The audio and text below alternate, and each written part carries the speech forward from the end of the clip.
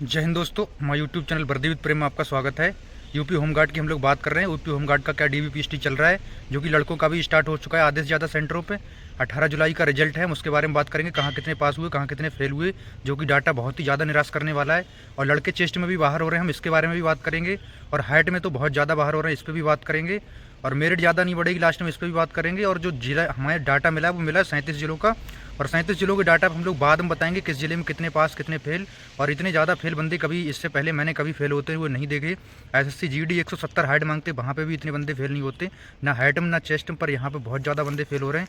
इतना कभी नहीं रहता, इतना तो टोटल मिला के फेल होते हैं रनिंग और डीबीपीएसटी। पर यहाँ पर डीबीपीएसटी 20%, 20-25% तक जा रहा है। पर आगे क्या होगा, क्या कट ऑफ होगी, उस पर तो हम लोग कल चर्चा करेंगे। बाकी की आज जो है आपके 20 पॉइंट हैं जो बहुत ज़्यादा आपके बने हुए, उनको हम जल्दी से कवर करते हैं, उनका डाउट आपका क्लियर करते हैं। इसके बाद में हम बात करेंगे कि उन जिलों में कहाँ कितना पास हुआ, कहाँ कितना फेल हुआ, हम लोग फटाफट करेंगे। वीडियो लास्ट तक देखा करो, बने रहो। आपको जो मैं पॉइंट बताता हूँ उसी का आप डाउट कमेंट में पूछते हो तो उसका जवाब आपको नहीं मिल पाता, क्योंकि 1000-1200 कमेंट हो जाते हैं दोनों वीडियो मिला के, तो उतना जवाब संभव नहीं है। पर मैं उसमें से जो जेन्युइन पॉइंट हैं वो लेके अगले दिन आपको जो है बता देता हूँ। फटाफट आप सुन लो, आपका डाउट हो सकता है इन 20 में से एक हो और वो आपका क्लियर हो जाएगा। सबसे पहला था डीबीपीएसटी कितने बजे हो रहा है, कितने बजे तक हो रहा है। देखो डीबीपीएसटी जिले वाइज है, कहीं 3 बजे छूट रहा है, कहीं 4 बजे छूट रहा है, कहीं 5 बजे, और कहीं ज़्यादा बंदे आ रहे हैं तो 6 भी बज जा रहे हैं, कहीं 7 भी बज जा रहे हैं। तो वो सेंटर पर डिपेंड करता है कि कितने बजे आप अपना खाना पीने का अपनी व्यवस्था करके जाएँ अपने सेंटर। बाकी जहाँ पर 55 बंदे आ रहे हैं तो वहाँ पर जल्दी भी हो जा रहा है। अगला पॉइंट है इंग्लिश फॉर्मेट ईडब्ल्यूएस है और यूपी गवर्नमेंट लिखा है तो क्या होगा। एक बंदे का मैसेज आया था तो वो ये बोल रहा है कि यूपी गवर्नमेंट लिखा था तो चल गया। बाकी की अगर आपका हिंदी फॉर्मेट है और उत्तर प्रदेश सरकार लिखा है तो आपको कोई दिक्कत ही नहीं। बाकी यूपी गवर्नमेंट अगर लिखा था तो उसका चल गया था। बाकी अगर किसी का सेंट्रल का है तो भाई नहीं चलेगा, सीधे प्रोविजनल पास कर दिया जाएगा, जनरल में डाल दिया जाएगा। अगला पॉइंट है कैसे पता चल रहा है कि जनरल में डाल रहे हैं। देखो पता ऐसे लग रहा है प्रोविजनल आ रहा है, बाद हम कहीं कहीं उधर भी बता दे रहे हैं कि आपको हम जनरल में डाल रहे हैं, और नहीं बता रहे हैं। अगर प्रोविजनल फिट अगर लिखा है तो समझ लो कि आपको जनरल में लगभग डाल ही दिया है। अगर प्रोविजनल फिट है तो जनरल में डाल दिया गया है, ठीक है। इसके बाद में है कि चौथा पॉइंट है हमारा गलती से स्वतंत्रता सेनानी हो गया। जो टिक करने वाला फॉर्म होता है उसमें भर गया यस नो, जो भी गलती अगर हो गई तो वहाँ पे मॉडिफाई करा लेना, वहाँ पे आपका जो है सही हो जाएगा। पर वहाँ पे आपको बताना पड़ेगा, ना तो बाद में दिक्कत हो जाएगी। ईडब्ल्यूएस में पापा का नाम गलत है, देखो ईडब्ल्यूएस में पापा का नाम गलत है तो एफिडेविट बन जाएगा। बाकी की कोई दिक्कत अगर है तो वहाँ फॉर्म भरवा के भी सही करवा दे रहे हैं। उनके पास जो फॉर्मेट है, कई सेंटर पे ये सामने आया, मुझे फॉर्मेट भी दिखाया गया जिसमें क्या वहाँ का भी जो फॉर्मेट है उसको भर के भी सही करा दी जा रही चीज़ें। अगर एफिडेविट आपके पास है तो प्लस पॉइंट रहता है, अगर ऐसी कोई दिक्कत है तो आप एफिडेविट ले जा सकते हो। अगला पॉइंट है हाइट कौन चेक कर रहा है। हाइट देखो पीटीआई चेक करते हैं, पीटीआई उस्ताद होते हैं वो हाइट चेक करते हैं। बाकी लिखने वाले चिकित्सा अधिकारी होते हैं सामने बैठे, वो देखते हैं, वो नापते हैं। बाकी अलग अलग सेंटर का अलग अलग हिसाब है किस तरह से कहाँ नापा जा रहा है। और अगला पॉइंट है कि हाइट 167 पूरी है तो क्या होगा, क्या फेल हो जाएंगे। अगर 168 आपकी हाइट पूरी है तो आप फेल नहीं होगी। अगर आप पहली बार में अगर फेल भी हो जाते हो तो आप क्या रिव्यू ले लोगे वहाँ पे, तो रिव्यू अगर लोगे दोबारा से आपकी कई बार चेक होगी। मैनुअल मीटर से हो रही तो डिजिटल मीटर से भी होगी, आप वहाँ पे अपना अपील कर सकते हो।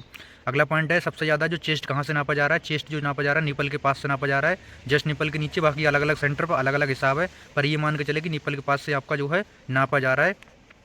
अगर ज़्यादा कम है तो क्या होगा। अगर ज़्यादा कम है देखो 1 सेंटीमीटर का कोई दिक्कत नहीं है। अब किसी का अगर जैसे 75 ही है, 79 लेना है, अगर 77-78 है तब तो गुंजाइश रहती पास होने की। बाकी बंदे जब फेल नहीं हो रहे होते तब तो कोई बात ही नहीं। अब यहाँ पे चेस्ट में बंदे फेल हो रहे हैं और कई बंदे फेल हो रहे हैं, एक सेंटर में 1-2 बंदे फेल हो जा रहे हैं। मतलब अगर 40-50 में भी चेस्ट में भी अगर 1-2 बंदा फेल हो रहा है तो मतलब जो है अच्छा खासा रेशियो है। और जबकि चेस्ट में फेल बहुत कम ही होते हैं, अगर 1000 में 1-2 हो गया तो हो गया, पर हो रहे हैं यहाँ पे पता नहीं कैसे क्या है। बाकी की जो है एक लड़का तो ये बोल रहा था रिव्यू में बिल्कुल बहुत सही नापा जा रहा है, एकदम सब कुछ बढ़िया चल रहा है, पर ज़्यादा ही कम होगा वही बंदा फेल हो रहा है, ये भी बात है। किसी का 79 मांगेगा, 75-76 ही होगा तो भाई दिक्कत है। आप जो है प्रैक्टिस करो, डिप्स वगैरह लगाओ।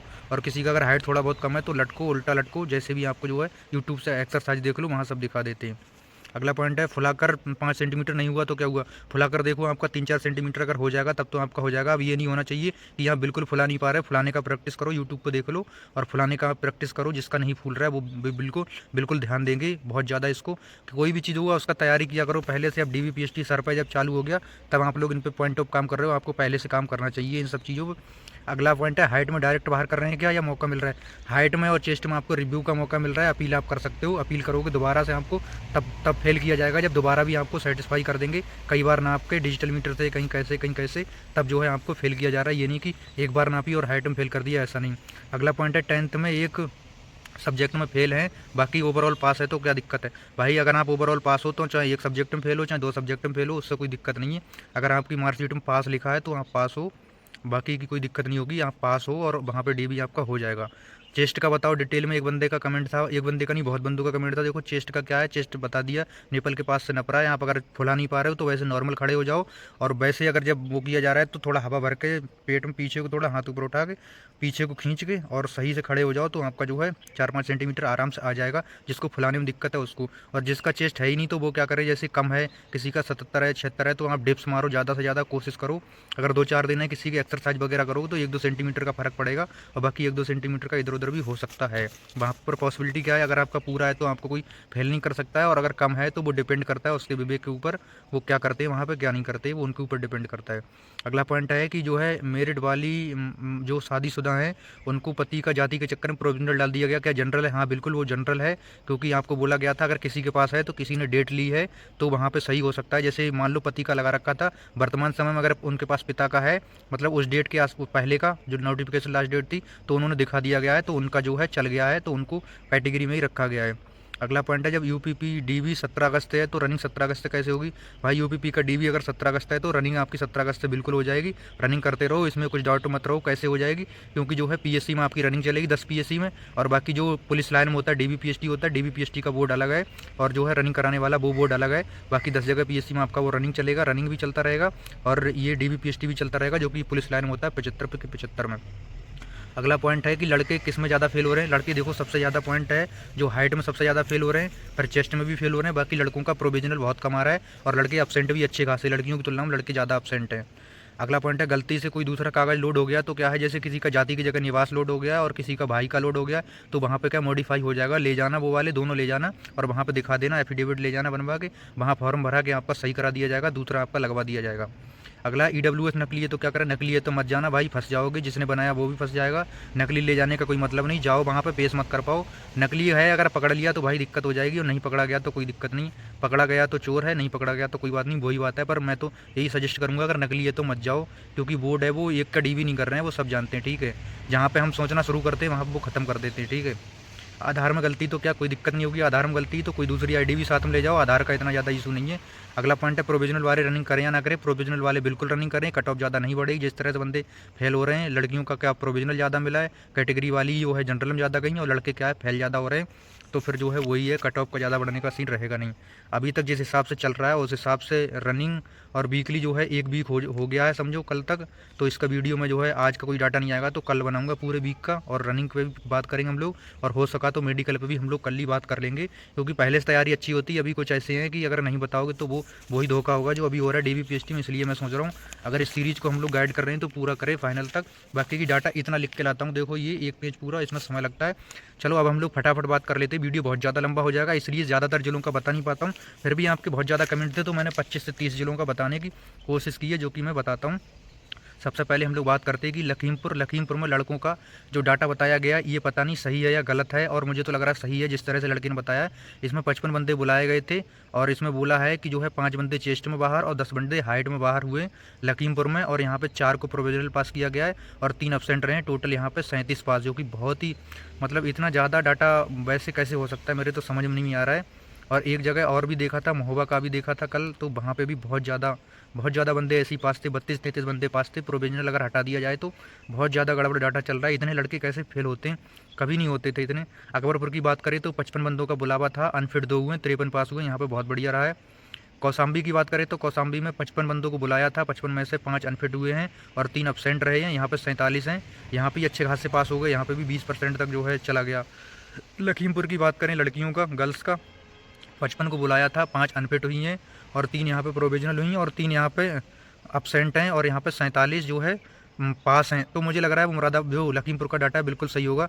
जहाँ पे लड़कियाँ इतनी अनफिट हो रही तो लड़के तो और ज़्यादा होंगे ही होंगे। किसी किसी सेंटर पर डिपेंड करता है, देखो कहीं कहीं सेंटर आपके लक पर डिपेंड है, कहीं कहीं बहुत ज़्यादा पास हो जाते हैं और कहीं कहीं बहुत ज़्यादा फेल हो जाते हैं, तो वो आपकी किस्मत पर भी डिपेंड है आपका कहाँ। इसलिए मैं कह रहा हूँ सेंटर का डाटा पता होना बहुत ज़रूरी है, जो कि मैं बताने का कोशिश करता हूँ। आप लोग जो कमेंट करते हो और मैसेज करते हो उसके आधार पर। फिर हम लोग बात करें लखीमपुर का होगा मेरठ में 110 को बुलाया था। देखो अगर गर्ल्स का बोला जहाँ पे है सेंटर कम ही चल रहे हैं, अब गर्ल्स का है तो मैं गर्ल्स बोलूँगा, बाकी लड़कों का चल रहा है।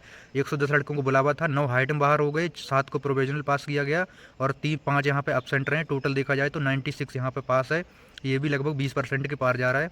हाइट चेस्ट खींच कर नाप रहे हैं मेरठ में, भाई मेरठ वाला बंदा कमेंट कर रहा था, तो मेरठ में हाइट और चेस्ट बहुत खींच के नापा जा रहा है। बस्ती की बात करें तो बस्ती में 55 का बुलावा था और 2 हाइट में बाहर और 1 यहाँ पे एब्सेंट, यहाँ पे 52 हुए पास।